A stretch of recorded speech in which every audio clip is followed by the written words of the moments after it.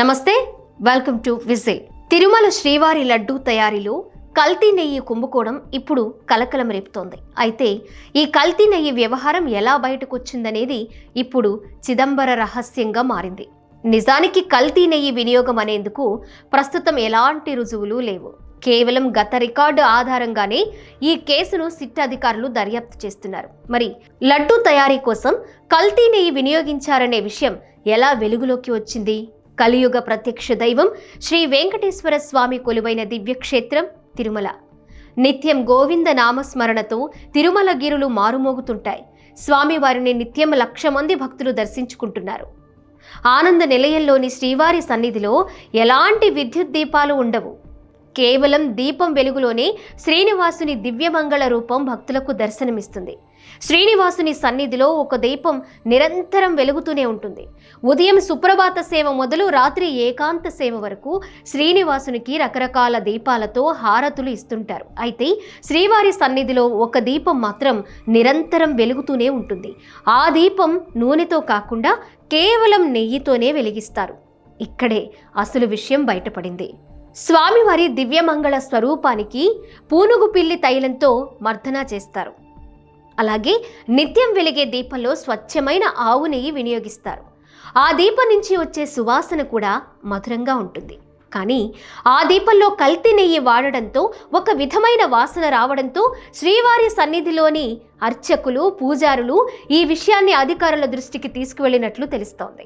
వెంటనే ఆ నెయ్యి మార్చేసి గోశాల నుంచి తెప్పించిన నెయ్యి వాడడంతో వాసన మారినట్లు గుర్తించారు. దీంతో వెంటనే రంగంలోకి దిగిన అధికారులు అంతకుముందు వాడిన నెయ్యిలో కల్తీ జరిగినట్లు గుర్తించారు. అయితే ఈ విషయాన్ని అధికారులు, అర్చకులు గుట్టుగా ఉంచారు. దీంతో ఈ విషయం అప్పట్లో బయటకు రాలేదు. కూటమి సర్కార్ అధికారంలోకి వచ్చిన తరువాత కల్తీ నెయ్యి వ్యవహారం వెలుగులోకి వచ్చింది. నిజానికి లడ్డూ నాణ్యతపై చాలా ఫిర్యాదులు వచ్చాయి.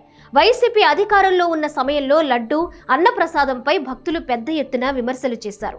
కానీ వాటిని టీటీడీ అధికారులు ఏమాత్రం పట్టించుకోలేదు. కూటమి సర్కార్ అధికారంలోకి వచ్చిన తరువాత ఈవోగా శ్యామలరావుని నియమించారు చంద్రబాబు. ఈవోగా బాధ్యతలు చేపట్టిన శ్యామలరావు లడ్డూ తయారీ పోటును ఆకస్మికంగా తనిఖీ చేశారు.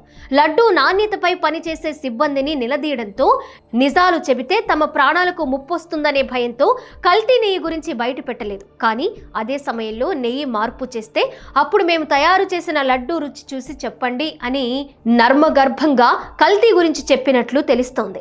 దీంతో రంగంలోకి దిగిన శ్యామలరావు తిరుపతి నుంచి తెప్పించిన నెయ్యితో తయారు చేసిన లడ్డూ నాణ్యత రుచిగా ఉండడంతో కల్తీ నెయ్యి వ్యవహారం బయటపడింది. దీంతో ఆగమేఘాల మీద ఈ విషయాన్ని ముఖ్యమంత్రి చంద్రబాబుకు తెలియచేయడంతో కల్తీ నెయ్యి బాగోతం బయటపడింది.